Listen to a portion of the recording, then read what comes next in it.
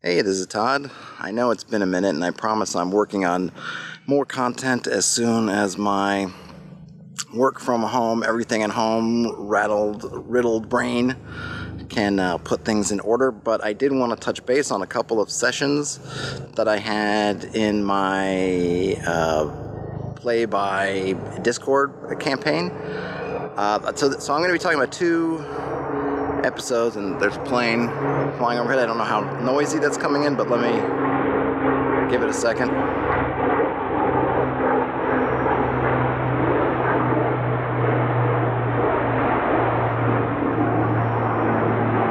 That is super loud. I'm not sure how much that's coming through, but yeah, there was a big plane overhead, and even if it doesn't sound loud to you, it sounded really loud to me. In any case, I had two sessions of my campaign, one of which was very abbreviated, which was my fault. I actually totally forgot that we had a session, and I wasn't getting my Discord notifications, so when they started pinging me saying, "Hey, Todd, where are you? We're ready to start," I was blissfully unaware of them until slightly later when I checked, and all of a sudden I said, "Oh my gosh," and I was so sorry, and that ended up being a short, but probably actually a worthwhile session where they just did some planning and talking things out. Maybe the one thing that I wish, just in terms of how the games are structured, is I wish that my two players would maybe get together a little bit. And I was hoping that this would happen through Discord, since you can just message people and it could show up, on their phones or computers or wherever, that they could maybe do some talking and pre-planning before sessions so that we didn't have to spend a lot of time on that. But that habit hasn't picked up yet. So we do end up spending some of the short time that we have, and we usually only have between maybe an hour and a half or 2 hours, and that's at the top end. I think maybe 2 hours is basically the max that we've ever gotten. To really go over, and so we end up spending some of the time just sort of doing accounting work and that stuff. And I'd like to figure out a way to cut down on that, but I know everybody's busy, and just as much as I'm so wrapped up in things that I can forget that I have a session, and just time seems short, even though I feel like I'm at home all the time. That's the same for everybody else. So I know right now maybe it's not on people's minds. So hopefully we can get there. But so it ended up probably being a good thing that we got this short session where there was no pressure to get things done, where they could just kind of talk about their next steps, do some accounting. They were able to get their treasure figured out, that the stuff that they had hauled from the dungeon that they had delved into and come out of. They checked in with I don't know if I like to use factions, but I'm just going to use it because it's the term that people are familiar with right now, sort of the factions. One being this church, not the main part of the church, but basically an arm, a wing of the church that the one character playing a friar is associated with. He went in to check in, or at least... Well, first things first, I guess. They checked in with so let me back up even further. So, if you don't remember, when we went through and did our session 0 for this campaign, I asked them if they wanted to just be totally sandbox, if they wanted to kind of have a beginning occupation, so to speak, and they chose to have a beginning occupation. And we talked about it, and they came up with this idea that they would be messengers for this local viscount, and not directly with him, but as part of that organization, as part of that faction. And we said, okay, we settled on that. Now, when we actually started playing, in many ways, you could say the inciting incident of everything that's happening now is there was some kind of earthquake or tremblor or some other event that caused this quarry pond to empty, to actually open up into a pit, and that pit exposed an entrance to a dungeon. And I think I mentioned when I first talked about that I was a little bit afraid, because they went really gung-ho for this dungeon. I was a bit afraid that they were looking at it as me putting up a signpost that here's what I want you to do. Me as a GM Todd is saying, here's the thing you should be doing. Where in reality, it was more along the lines of I wanted to open up possibilities. So that here was something you could do, and now you know it's there, so you can if you want to, but if you don't want to, that's totally fine. But they jumped into it, and you can go back and watch some of the other recaps to go through what they did in there. Maybe they did it over 2 or 3 sessions, went through the dungeon. Might even just have been 2.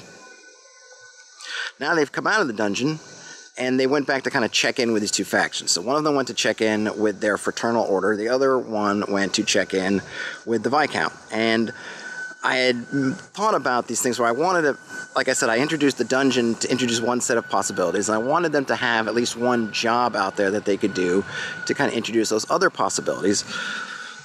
So when they went to check in, or when one of them went in to check in with basically the messaging office, and I have no idea in medieval times how that would work, so this is probably a little bit anachronistic, because, well, it's fantasy, so a lot of things mishmashed together. So there's an office or some kind of bureau for these messengers, and they went in and found that there was a message that had been waiting for them to take that day, but they didn't, but they still had an opportunity to take it the next day if they wanted to. And that was the big thing. It took me a few minutes to impress upon the player, Grusty's player, who was in there saying, listen, they're telling Grusty, you don't have to take it. You know, but basically you had to, I basically put it to him as, you have to make a choice. You have to tell this person, this receptionist, this manager, whether you intend to take this tomorrow, the next day, and then you have to take it the next day. Then you're on the hook.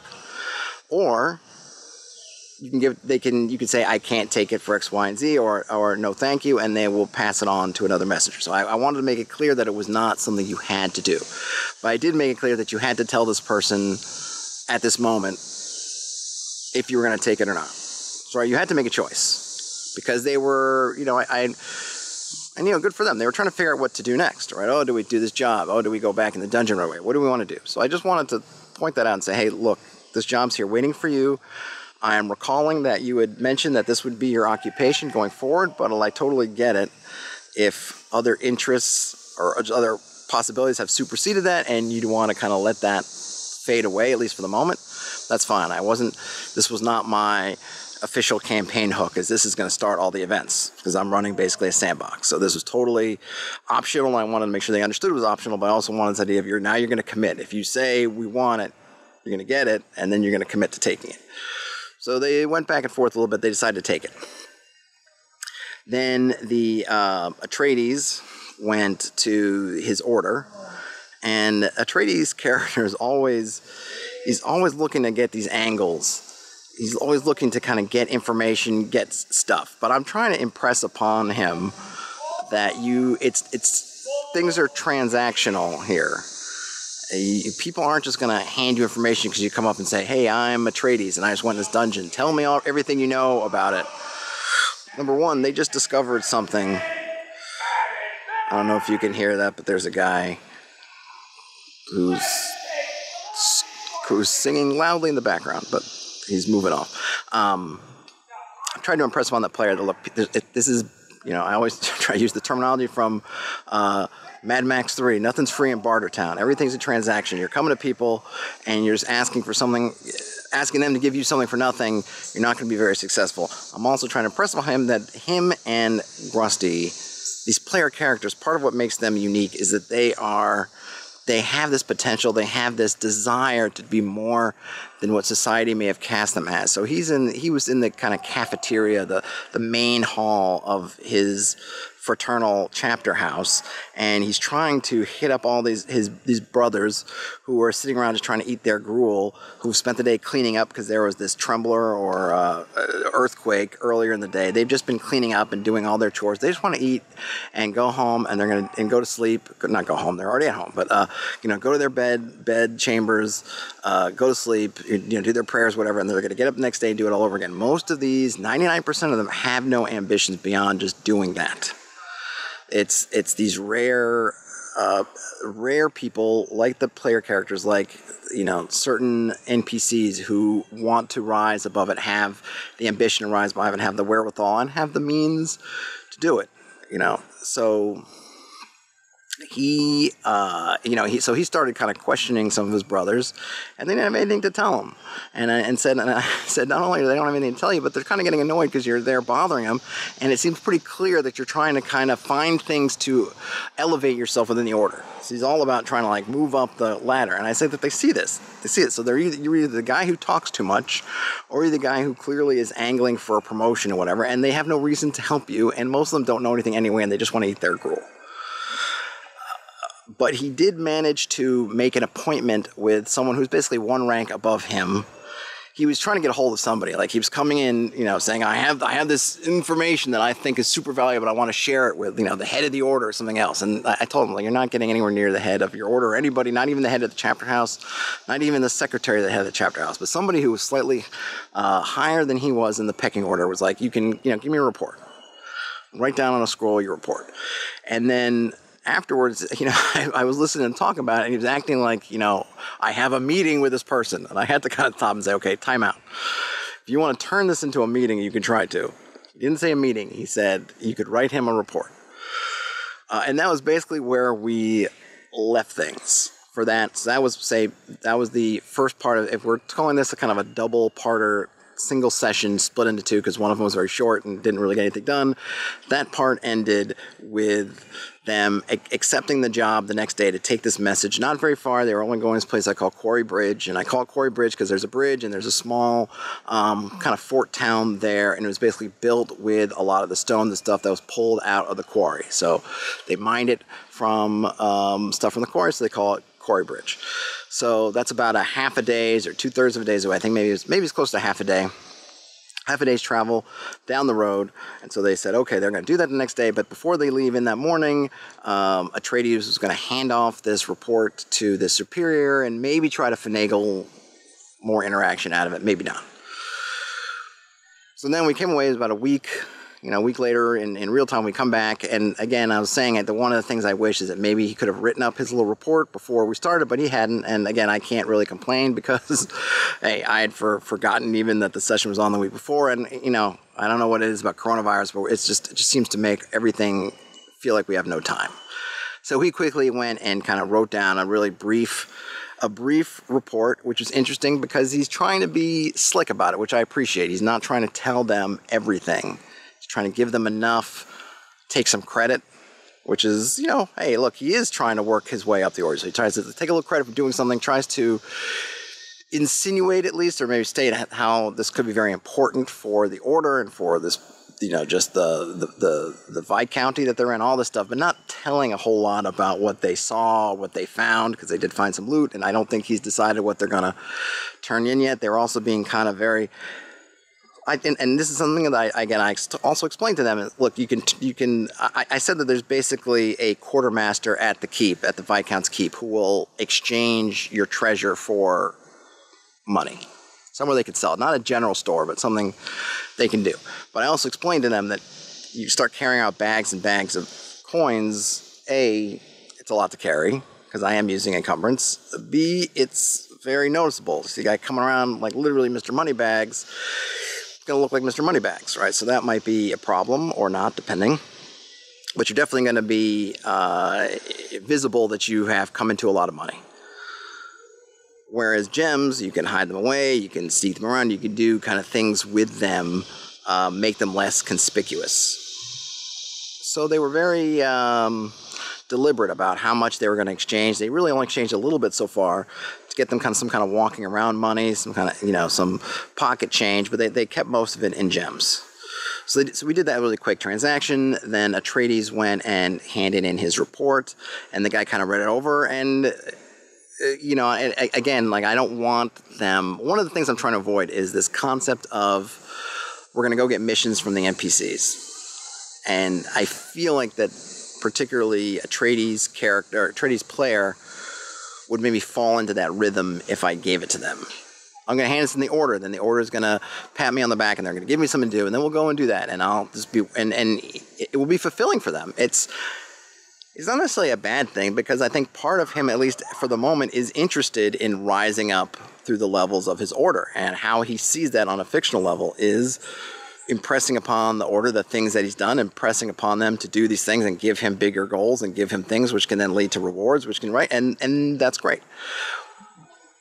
But for the moment, at least, I want them more to be thinking about what they want to do and be more free thinking than getting into this habit of let's go to a place, let's find a ranking NPC, let's ask them for something to do. It can certainly be an option, and I think if Atreides pressed them and said, hey, what do you want me to do about this, or something like that, then we can have that discussion, and they can probably give them missions. But I want that to be their default behavior. I want them really to be thinking independently, what do we want to do how do we want to handle this? And I like the fact that they're thinking kind of along the lines of, we want to tell them a little bit, wet their tongue, wet their beak a little bit. We don't want to give them too much. We don't want to play our cards, right? We want to keep this for ourselves. We want to keep control of the information.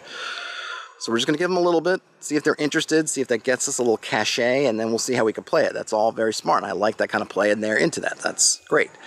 Gave the report. The guy kind of took it. He didn't really take it seriously for right now, but it'll be that seed down the line that I could pull out if that report ends up being given to somebody or somebody ends up finding it. Who is more interested than this guy? Again, this guy's only one level above them. It's not really his place to make big decisions. He would probably hand that off to somebody else or put it in a stack of a drawer full of receipts of what's going on that day, and maybe later on somebody will analyze it and see something interesting or not. But it's that little seed, so they know a little bit and they can come back to that. We spent the rest of the session doing the other thing that they had arranged the session before, which was they were going to deliver this message to Quarry Bridge. And I determined that there was a barber surgeon down there who this message, the scroll was who was going to be the recipient of this message. So that's who they had to take it to. And I rolled for, I think, a random encounter between them leaving and them arriving at Quarry Bridge. Nothing came up, so they got there without issue at about half a day. I think they got there right at lunch. They found the barber surgeon easily enough. It's not a large town. It's mostly a garrison with a few settlers who have kind of attached themselves to it. There's kind of an inn and way station for horses and messengers and things like that. And there's this guy is basically the barber surgeon to take care of at least your mundane bumps and bruises. I haven't really decided yet if he has magic going on there as well. We didn't need it as part of this, so I just left it an unknown for right now, how that is. So they deliver the message, and I wasn't really sure what to do with it because I hadn't really thought about what the message entailed. I really just thought of it. I just wanted to give them a mission to kind of give them a little broader sense of the geography. So they'd seen the one town, Nobbs Hill. They'd seen the quarry that's there, which are very close to each other. So it's almost one place. And I wanted to give them a little bit of the lay of the land and let them know that, the road that leads, through Nobbs Hill comes down, crosses this bridge, crosses this river at Quarry Bridge, and then kind of continues on and just sort of broaden the landscape a bit. But they decide to. So first they ask. They say, "Hey, can we take back a return message for you?" And I thought about it, and I was like, "Yeah, that's a good idea. All right, let's work on this. Let's think about this. A return message. That's a good idea." So that was good for a couple of reasons. One, it didn't end up being some kind of rushed, we're just going to turn around and go home kind of thing. And two, it started me thinking about, well, what could this message be? Because originally I didn't really have anything. It was just a generic message. Dear sir, hope you're doing well. Hope the weather's fine. See you in 2 weeks. Blah, blah, blah, right? I didn't have anything. It was nothing of import. But that kind of got my wheels turning as, okay, well, what is this about a little bit? So while they're waiting for that, they decided to go to the local inn and tavern. I didn't even come up with the name because they didn't ask what it was called, and I didn't say anything. I said, yeah, you just find one, and it's got kind of the stables there, and it's sort of next to the exit on the other side of this little walled keep area from where you came in, and it's mostly empty because it's kind of the middle of the day and most people are working, but there are a few people kind of in there, and there's a lady bartender, stout, muscled, handsome woman who is behind the bar doing bartendery things. And so this is where, I think with these sandbox missions, you run into these great moments where the players just start kind of exploring things. There's no greater mission going on, right? They're just waiting there. So it really was this was a moment where they got to really explore just kind of what they want to do, what kind of things, and they're starting to come up with questions that they kind of want answers to. They kind of want to know more about the dungeon that they found. They don't have a name for it yet, and there's been nothing identifying about it yet, so they don't know what to call it. And they're sort of curious if there's anything going on, because I think I'd hinted that financially their Viscounty isn't doing very well. The Viscount isn't a very responsible leader, but nothing major has happened yet. This thing with the earthquake just happened, so nobody has any real information about it. Nobody really knows what to make of it. They keep asking, well, what do you think about this? What happened? And A, it just happened that day. B, people don't know anything. The gods have spoken, or just bad luck, or I don't know, it's an earthquake, right? There's no great revelation yet because nobody's had time to really think about it, study it, or connect it to any other context. There's no other context around it right now. Right now, it's just a one-time event that just happened. I think the first thing they asked the bartender was, well, what do you know about the earthquake? And I think they hadn't even really felt it, or they barely felt it, but they got word of it. And, they had already, rumor had come down from the day before that it was, I forget what I said that she thought maybe it was. I think they corrected her and said, no, it wasn't that, it was something else. Or I think something about the water, like, oh, the water did this or did something else. And they're like, no, it did something else. Okay. Then start asking, well, where can we go to get information, right? Because this is kind of a tradies thing. Like, where can I go to get information? Who is here who can tell me things?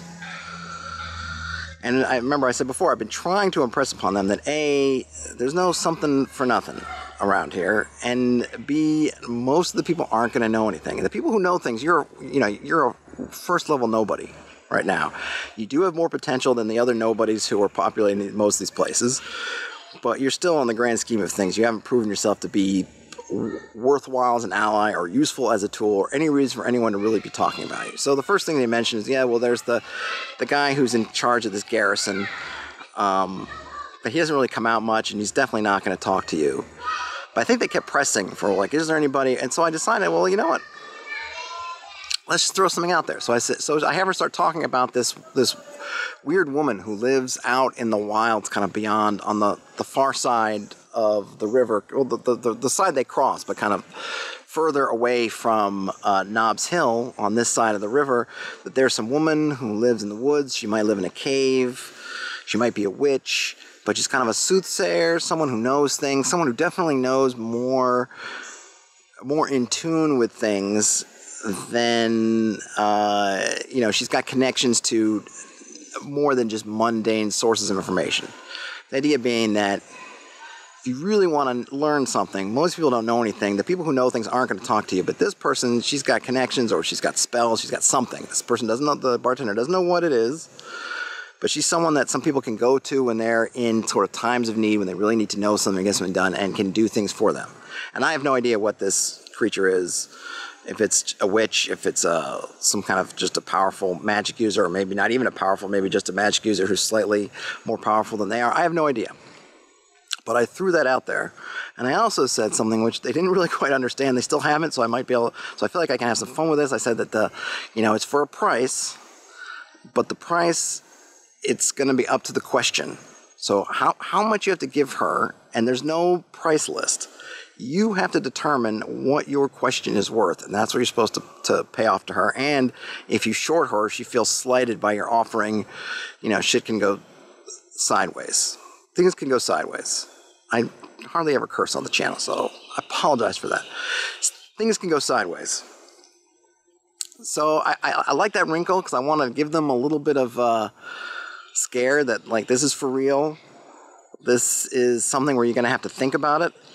But I'll tell you this, they jumped on this straight away. Boom. Oh, we got to go see this person, right?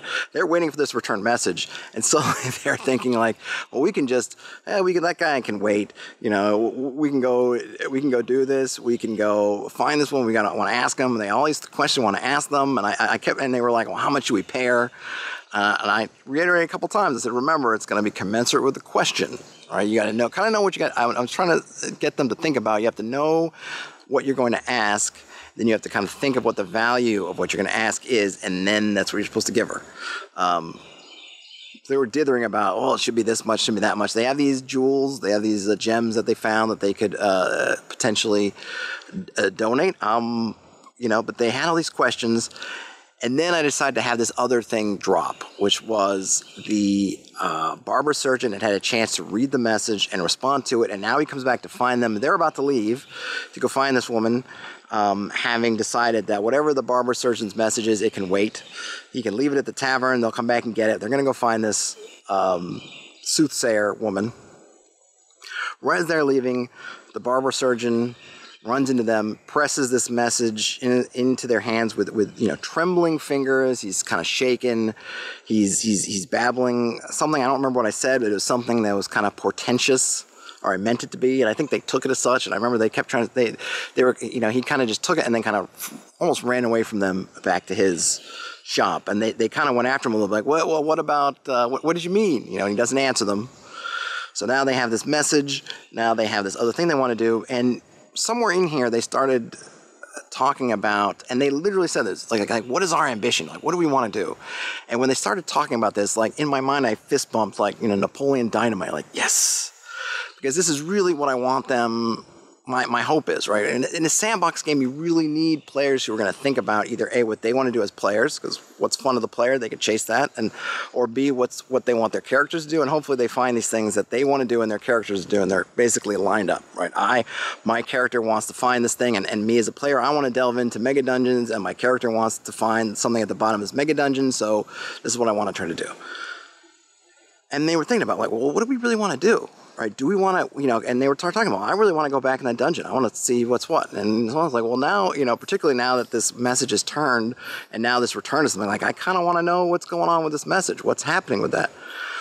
And I was really happy with that discussion they had, because they're really thinking about, not in terms of what do we have to do, what's the next step that Todd wants us to do, what do we feel like we have to do, but they were thinking in terms of, what do we want to do?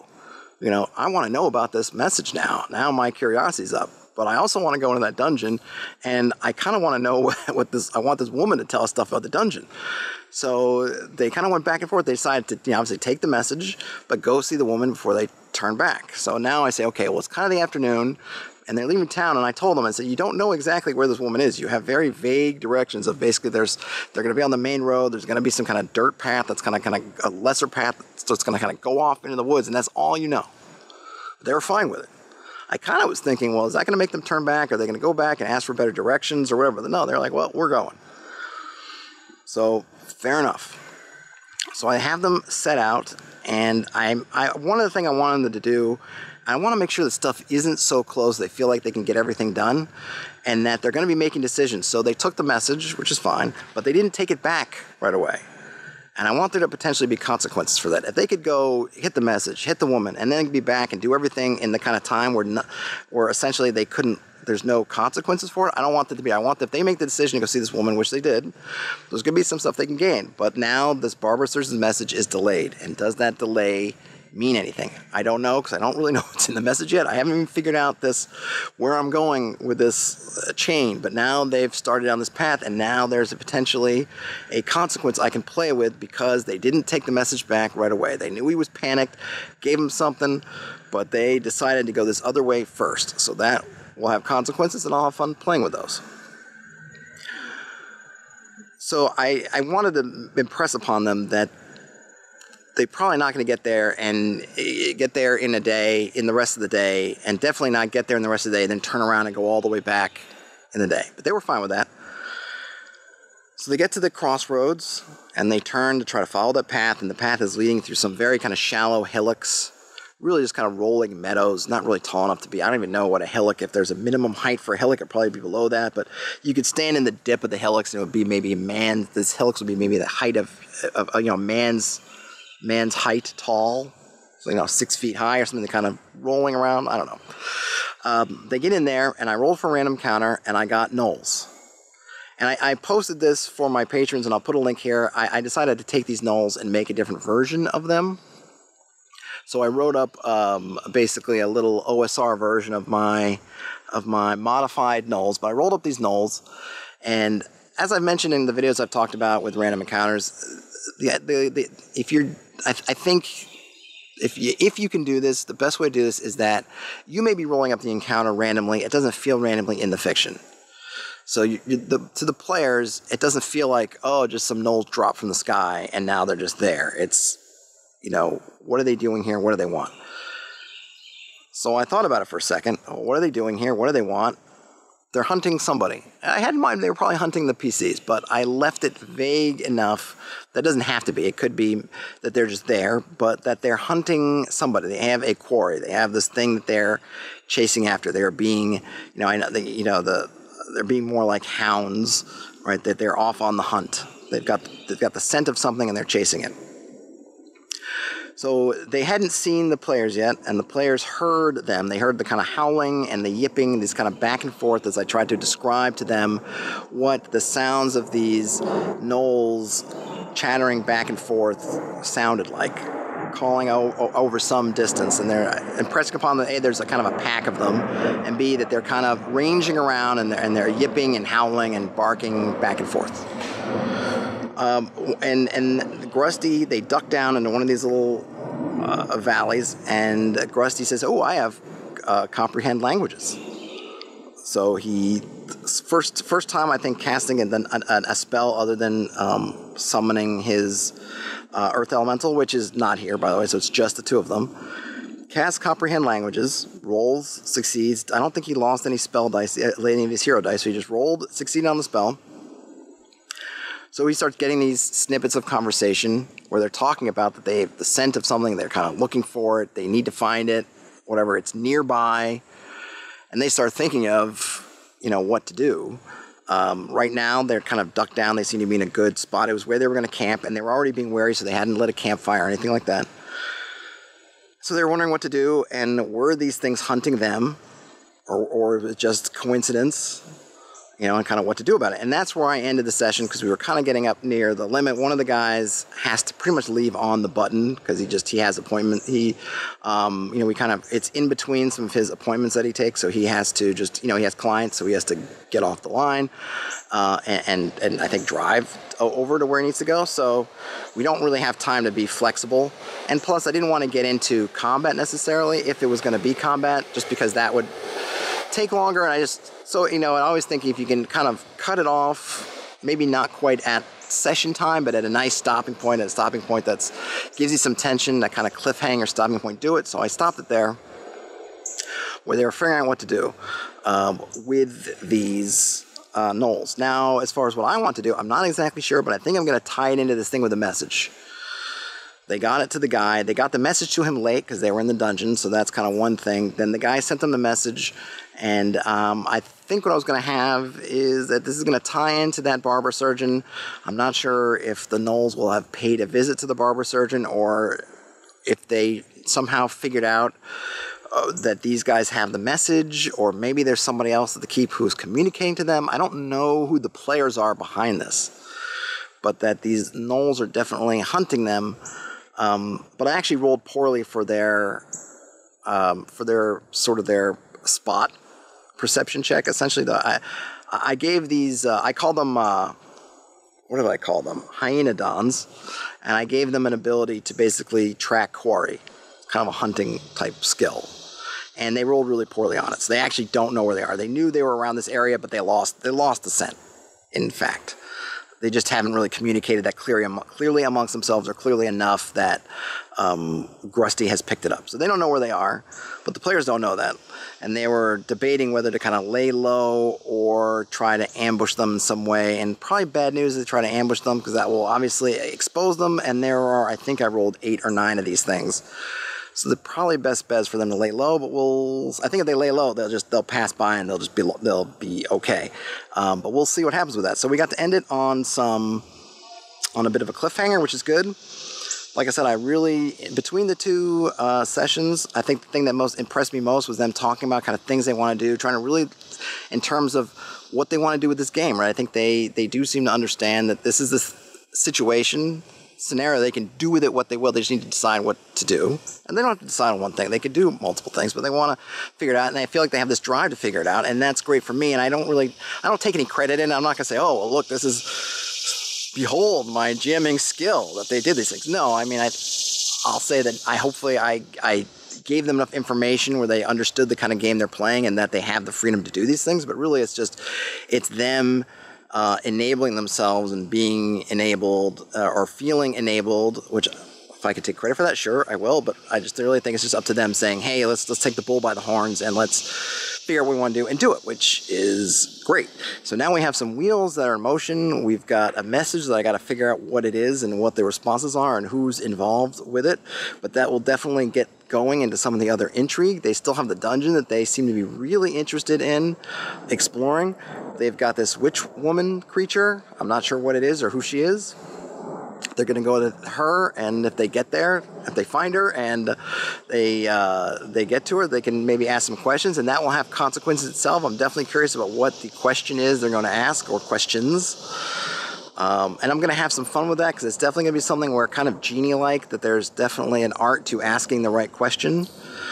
And that could lead to further adventures or misadventures, and we'll see where they take it. They got some. Their plate's starting to fill up with choices now, right? I feel like they've gone through the buffet, and they've got a little bit of dungeon, a little bit of this potentially political intrigue, and now a little bit of this sort of unknown flavor on the side. Maybe a little wasabi of mysticism that they can dab on there to see how it changes things, and maybe that will introduce new things. Maybe it will send them down totally other paths, but we'll see. So it was a good kind of compound, almost a single session broken up into two. But I feel really good about it. I'm looking forward to our next game, which is, if I get this up today, which is Tuesday, it'll be tomorrow, Wednesday. So I don't have a lot of time to figure out some of these things, but hopefully they'll avoid the Hyaenadons so that I can postpone that reveal a little bit, unless of course they ask about it at the Witchy Woman, assuming they get there, which means I might have to come up with it anyway, but that maybe puts it a little bit down the line, a little bit, but I'm excited. So that was it. A couple sessions in the books, not a lot going on, but a lot of possibilities opening up. That's all I have for now. I do have some more things I'm trying to get onto video. Hopefully I can get my act together soon, but stay safe. Yeah. Stay safe, stay healthy, and I'll talk to you later.